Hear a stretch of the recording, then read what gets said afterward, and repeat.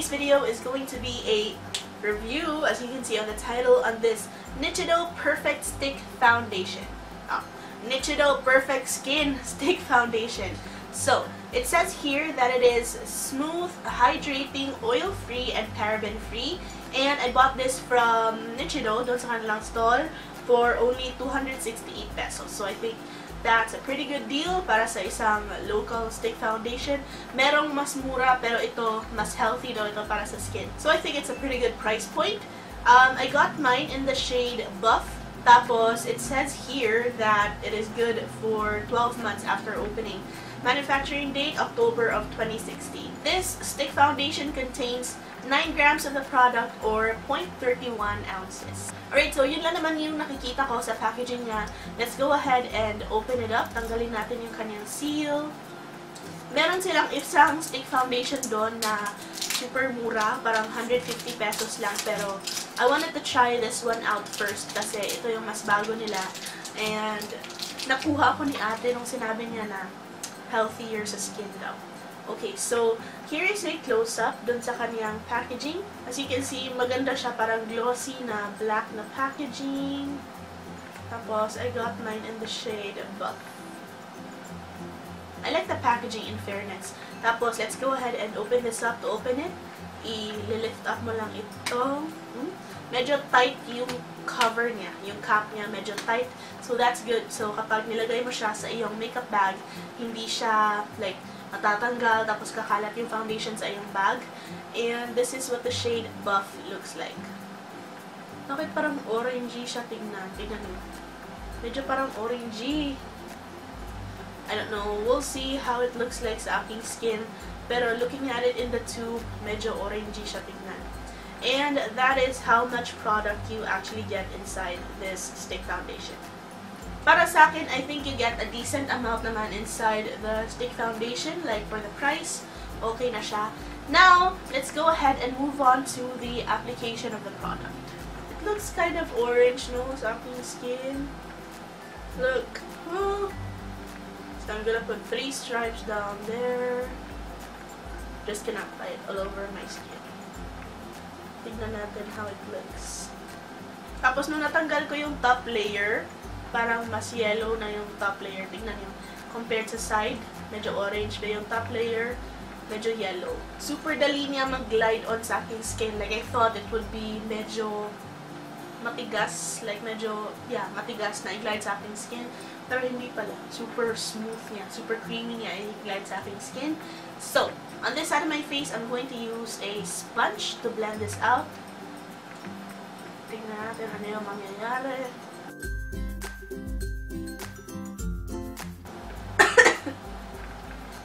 Okay. Para lang walang nangyari, no?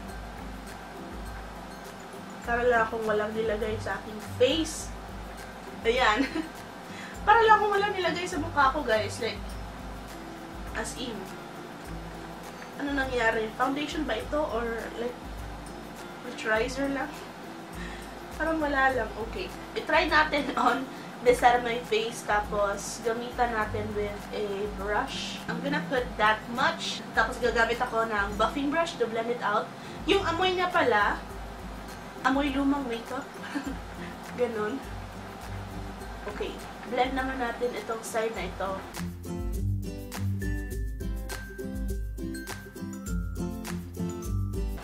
Ooh. Okay. Mas maganda pala yung performance niya kapag brush yung ginamit. Kapag sponge, parang wala ka lang nilagay talaga. As in, tignan nyo.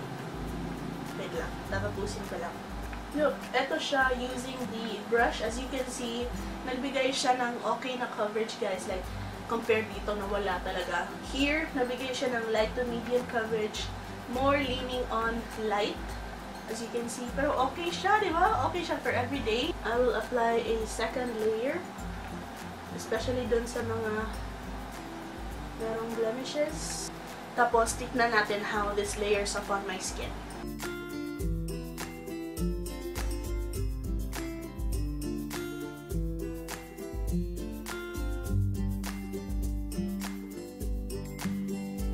Kanina, napansin ko na to. kahit nung hindi pa ako naglagay ng second layer. Hindi siya maganda, tignan niyo guys. I don't know if you will be able to see, like, tignan niyo, close up. Tignan niyo yung ilong ko. Pumasok siya sa pores ko, sa ilong. Tignan niyo, hindi siya maganda you guys. Kumapit din siya dito sa isang dry patch ko from my pimple. As you can see, right there. Hindi siya maganda.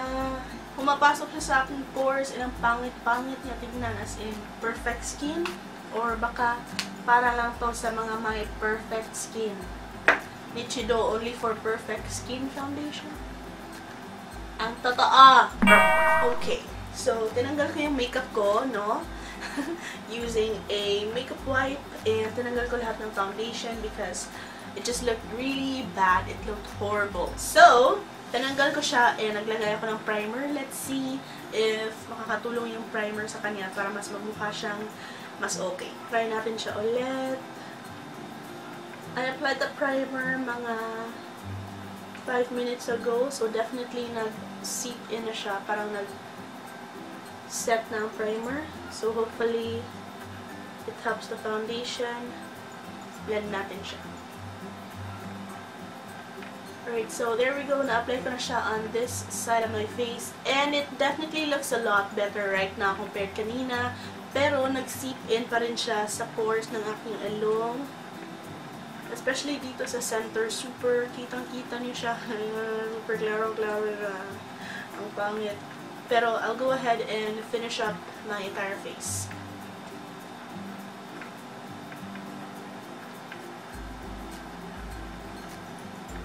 Okay, I'm not even going to bother applying a second layer kasi baka it will just make it look worse. I don't know what's wrong with this foundation or kung hindi lang siya okay para sa aking skin type, pero it looks like parang nakaangat lang siya sa aking skin.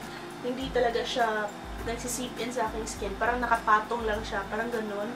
Tapos, it accentuates my pores. Wala masyadong coverage and pumapasok talaga siyang bonggang-bongga sa pores ko sa ilong. Close up. Tignan nyo guys. I don't know if you can see. Pero, sa aking cheeks, you can see na-accentuate na talaga yung aking pores. And, sa aking ilong, pumapasok talaga siya dun sa pores ng aking ilong, you guys. I don't know if you will be able to see, pero sana my camera will be able to pick it up. It just looks so freaking bad. Tapos parang nakaangat lang talaga siya sa aking skin. Parang nakapatong lang. Does it look nice? Pero I will try to wear this for a few hours. Tapos tignan natin kung magiging okay naman siya. I'm not even going to bother applying the rest of my makeup kasi I don't think I'm going to wear this for such a long time. Kasi kapag merong ibang tao na makakakita sa akin na ganito yung itsura ko, parang mahihiya talaga ako ng bonggang-bongga. I'm going to set my face. I'm just using my Nichido Final Powder. Let's try to give it a chance. Like, i-wear natin siya for a few hours. Baka kapag nag-mix na siya sa ating natural oils, baka mas maging maganda siya. Baka mag-improve siya.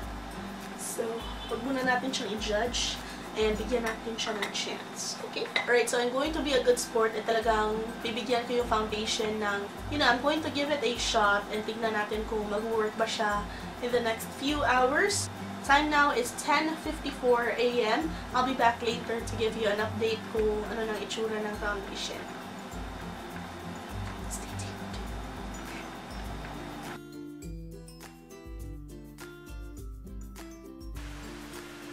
Hey guys, I'm back for an update. It is now 8:08 p.m. Ayan, I don't know if you can see. Pero it's been like 9 hours since we last applied the foundation on our face. And tignan natin how it looks like. Whoa. Medyo oily talaga, no? Medyo oily na talaga tayo ngayon. Tapos parang nawalan pa tayo ng coverage. Parang nawala na yung foundation sa ating skin. Sa nose, wala na yung issue na yung pumapasok sa pores. Baka kasi nawala na siya. Tapos, meron parang nag-cake dito na side ng aking nose. I don't know if you can see dito na side. parang medyo may nag-cake ng konti. Actually, I was planning today na mag-film ako nitong review, tapos magme-makeup ako, and then I will film yung hauls, mga other videos pa. Oops. Kasi nga, para masulit ko yung araw na nag-film ako. Pero, since hindi ko nga type yung aking foundation ngayon, hindi ko na nagawa yun. So yun, needless to say, I do not like this foundation at all. Like, I don't know how to make it work. Alam ko na mention to ni Miss Anne sa kanyang favorites video, pero siguro iba lang kami ng skin type. Yung skin ko kasi medyo malaki yung pores ko. So, probably hindi siya okay for people who don't have perfect skin. Kasi Nichido, perfect skin. Para lang sa mga may perfect skin. And I am far from that. So, it did not work for me. Sadly, ganun yung issue. Baka ibigay ko na lang siya to someone else who can make it work. Anyway, that is my review for today. It's such a bummer. Sadly, hindi siya nag-work for me. It accentuated my pores and nag-seep in pa siya sa pores ng ilong ko. Tapos, it made me super oily. Wala siya masyadong coverage. It didn't do anything for my skin, basically. Tapos, na-enhance niya pa yung aking dry patches. So, yeah. Wala talaga siya nagawang maganda para sa aking skin. Nung unang nilagay ko siya, akala ko maganda, pero hindi pala. After a while, nagsisip in pala siya sa pores. But anyway, that is my video for today. Sana nag-enjoy kayo and sana nakatulong itong video na ito para sa inyo. If it was helpful or if you enjoyed watching, please give me a thumbs up. And don't forget to subscribe to my channel. Just click the red button down there to subscribe. And also, you can click the notification bell para ma-update ka every time I upload a new video, which is every other day. Also, leave me your comments in the comment section below. Baka na-try nyo na itong product na ito and how do you make it work? Like, if you have the same skin type, how do you make it work? So, yun lang. Thank you so much for watching, guys. I hope to see you in the next one. Bye-bye!